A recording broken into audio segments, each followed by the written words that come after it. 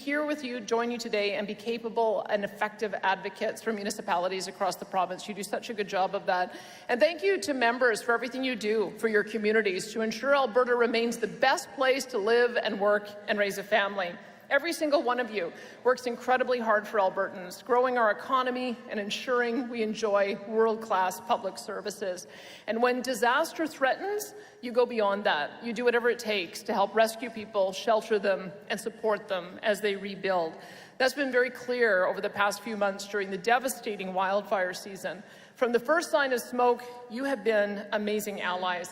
Many of you were there day and night, sharing information, moving residents out of danger, and coordinating the response in your communities. And you did all of this under extreme pressure. You've met the highest demands of leadership in the toughest conditions. And then, of course, to be able to offer that support to our friends in the Northwest Territories as well, the many communities that were able to welcome over 20,000 people from the Northwest Territories. So thank you for that. I should also just mention that, totally, you guys are amazing. And I hope that there are some sharing of how things went this past fire season, because we are going to have more seasons like this of devastating fire, and we want to make sure that we're working well in partnership with you. I should just mention Brazeau County as one in particular that took an incredible leadership role, worked with us, brought us in to make sure that we had seamless support for their firefighting efforts and the protection of Drayton Valley. When I go through Drayton Valley and just see how close that fire got to the border, I think it was less than a kilometer away, and the fact that they leapt into action, used a private sector company called Fire and Flood to make sure that they had a wall of water matching that wall of fire, and they were able to save Drayton Valley. And so thank you for your leadership on that, Brazeau County, and thank you as well to Drayton Valley for all the work that you did in supporting your residents. There's more I can say about that, but we'll save that to the Q&A. But this is how important it is for us to work together, because when we work together, when our province faces significant challenges, we can only address them through collaboration based on genuine respect and open communication from both sides. And I'm so grateful for Rick McIver, our new Minister of Municipal Affairs, for his ongoing work with you and for the relationships that he is building with you. You can expect that collaboration and communication from us on every file is going to be our top priority, from jobs and growth to all of the social services that you need.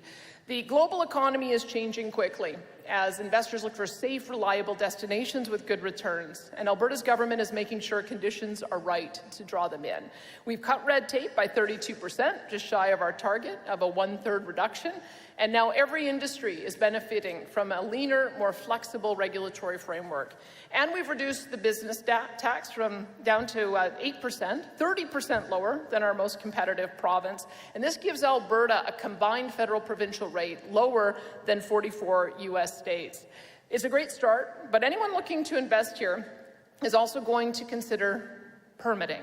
And I know that we've got our own work to do on transportation and environmental permits, but I would just put it to you as well, we hear a lot about the municipal permitting process. We know that you are working hard to reduce permitting timelines, and we're here to support any streamline you do that can accelerate our companies so that they can build economic prosperity in our communities. And in particular, we want to look at certain areas that intersect with provincial approval so that we can expedite our processes as well. We are always ready to listen, to learn from what you need from us to create a competitive business environment. And the good news is that these efforts to attract investment are already paying off. The number of business incorporations in our province has increased 3 years in a row.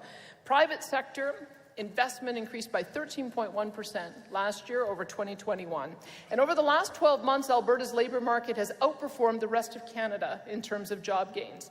Our province has gained jobs in 10 of the last 11 months. And since December of last year, the economy has added almost 100,000 full-time jobs. Now, many forecasters, major banks, and financial institutions expect that Alberta will continue to lead the country in growth over the next 2 years. However, this success comes with challenges, especially the pressures that come from rapid population growth.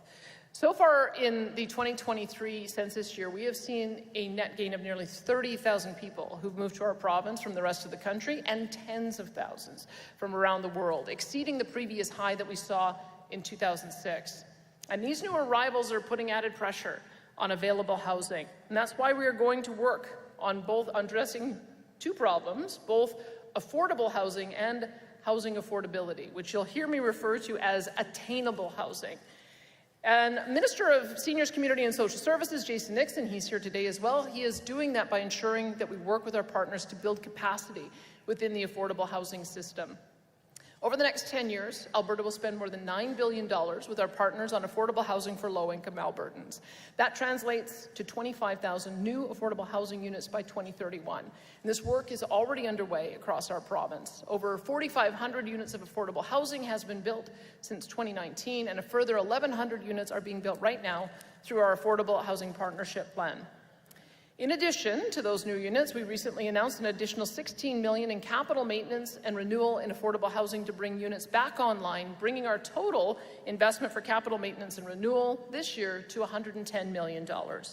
Now, when it comes to attainable housing, I want to be clear that Alberta's government will not abandon the dream of home ownership in our province. But to do that, we all have to take decisive action to build homes in our communities, ensure that housing is attainable for Albertans. Alberta is leading the country in having the fewest regulatory barriers and the quickest approvals to build housing. We should be very proud of that record. However, in this moment of incredible economic and population growth, we cannot ignore the need for even more action. Now, our province is going to take unprecedented steps to remove barriers and red tape, create financial tools to stimulate construction, and to find innovative techniques to increase the housing supply. I'll leave it to Minister Nixon to tell you a little bit more about that. But the main thing is we can't afford to end up with the same challenges as Ontario and British Columbia that are hurting communities and stagnating economic growth. These are complex problems that will require all orders of government and industry and community partners to address. And I have asked Minister McIver to work very closely with Minister Nixon to support municipalities to remove the roadblocks to housing solutions in your areas. Alberta municipalities have a critical role to play in removing barriers to building homes because the province alone can't do that. And we have some shining examples in our province of the various communities who are already taking action to enable growth and speed up construction. I want to congratulate our largest cities, Calgary and Edmonton, on their recent efforts to reduce barriers and build housing more quickly. I know that the Mayor of St. Albert told me that they get 1-day business license approval. I think it's 3-day development permit approval and 3-week building permit approval. So congratulations to you on that. And also cities like Leduc have an average permit application timeline of 5 days, which is just a true accomplishment. There you are.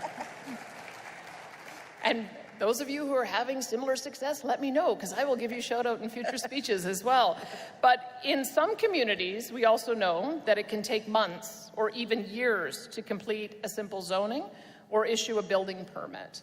I'm told, for instance, that in the Calgary regional metropolitan area, there are 26,000 units that could be approved but have not been approved because of delays in the regulatory approval process. This cannot continue. I want to be very clear with every municipality today. It's no longer an option to place roadblocks in the way of homes for Albertans.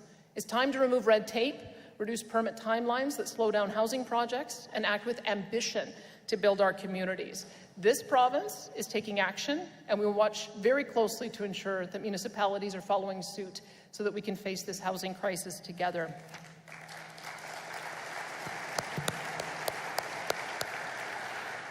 We're also looking to strengthen programs, policies, and regulations that ensure consumer confidence in the quality of new home construction remains very high. And as part of that work, we're working on reviewing the new home warranty and builder licensing, because we know warranties for newly constructed homes need to be reliable and affordable for everyone, including home builders, home buyers, and warranty providers. It's the most efficient way to spur development and build your communities so that they can keep up with the waves of new Albertans. Those waves are likely to keep coming because our push to create jobs and prosperity will only grow. So you can expect our government to continue working to make the province a better place to do business.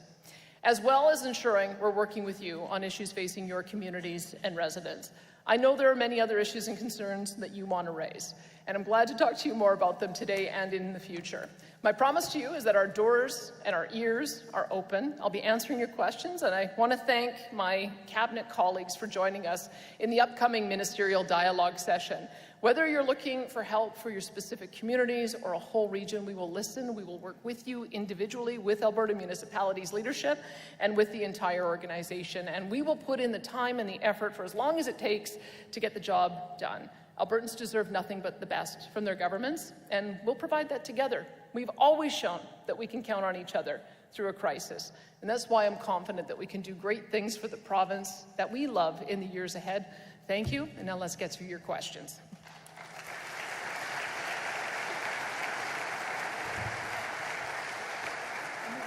Thank you.